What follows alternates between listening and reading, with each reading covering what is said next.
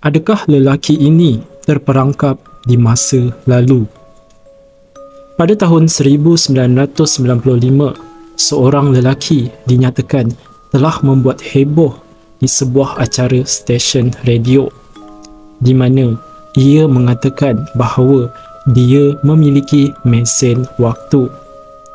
Ya, lelaki ini benar-benar wujud. Pernah dipenjara kerana kes pencurian, bahkan pernah diundang beberapa kali ke sebuah stesen radio sebelum akhirnya menghilang secara misteri. Jadi, apakah ia berhasil melakukan perjalanan waktu atau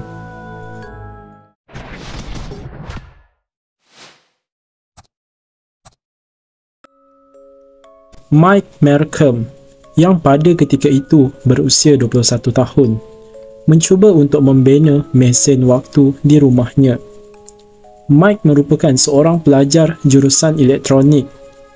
Jika dibandingkan dengan rakan-rakan seumurnya, boleh dikatakan Mike sangatlah cerdas. Dia juga mampu mengubah suai alat-alat elektronik menjadi pelbagai fungsi berlainan. Oleh kerana mempunyai masalah keuangan, daripada sinilah awal mulanya kisah mengenai Mike Markham yang menjadi misteri hingga ke hari ini.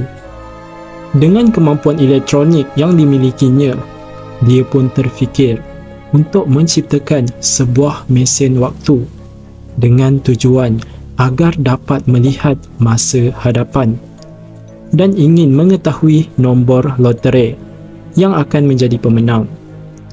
Yes, itulah tujuan sebenarnya. Namun, bagaimana Mike Markham ini boleh hilang?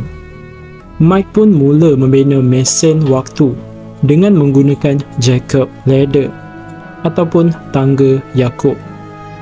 Saat membuat tangga Yakub itulah Mike melihat munculnya lingkaran yang berkilauan di atas peralatan tersebut.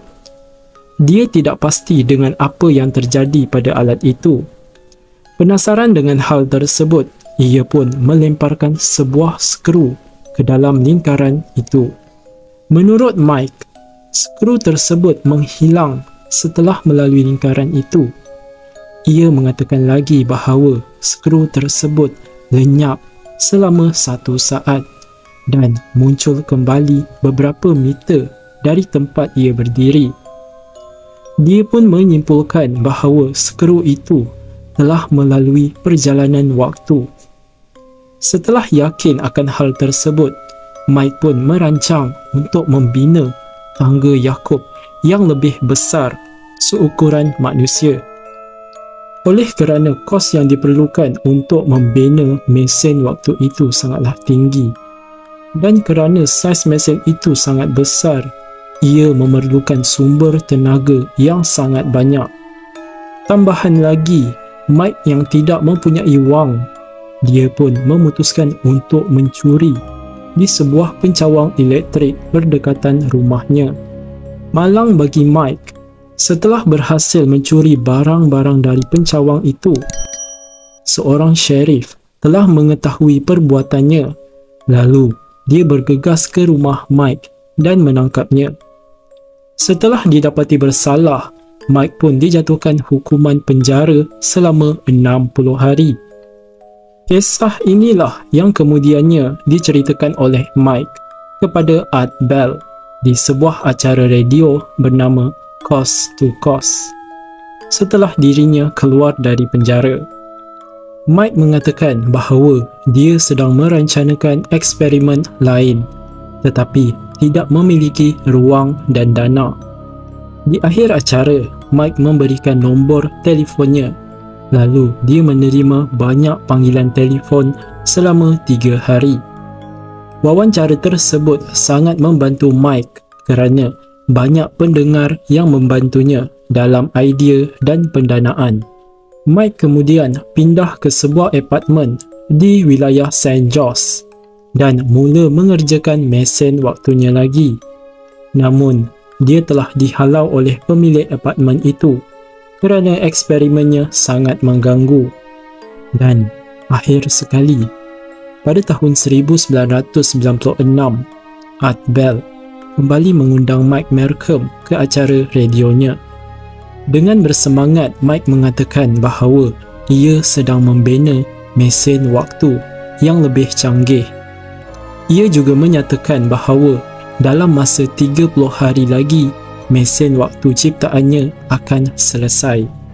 Di akhir wawancara, Mike ditanya bagaimana dia akan mengawal mesin tersebut jika perjalanan waktunya berjaya.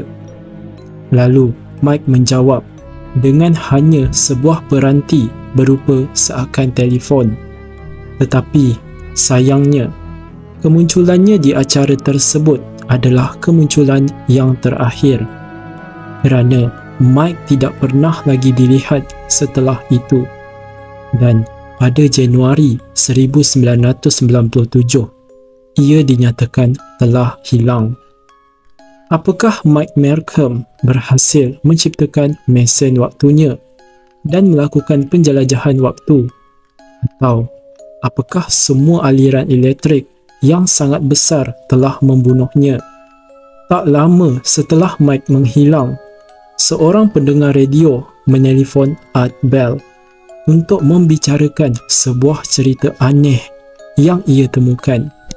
Menurut sang penelefon, ia mengingati ada sebuah gambar dari surat khabar tahun 1920-an. Menurut surat khabar tersebut, pihak polis pernah menemukan mayat seorang lelaki di sebuah pantai di California.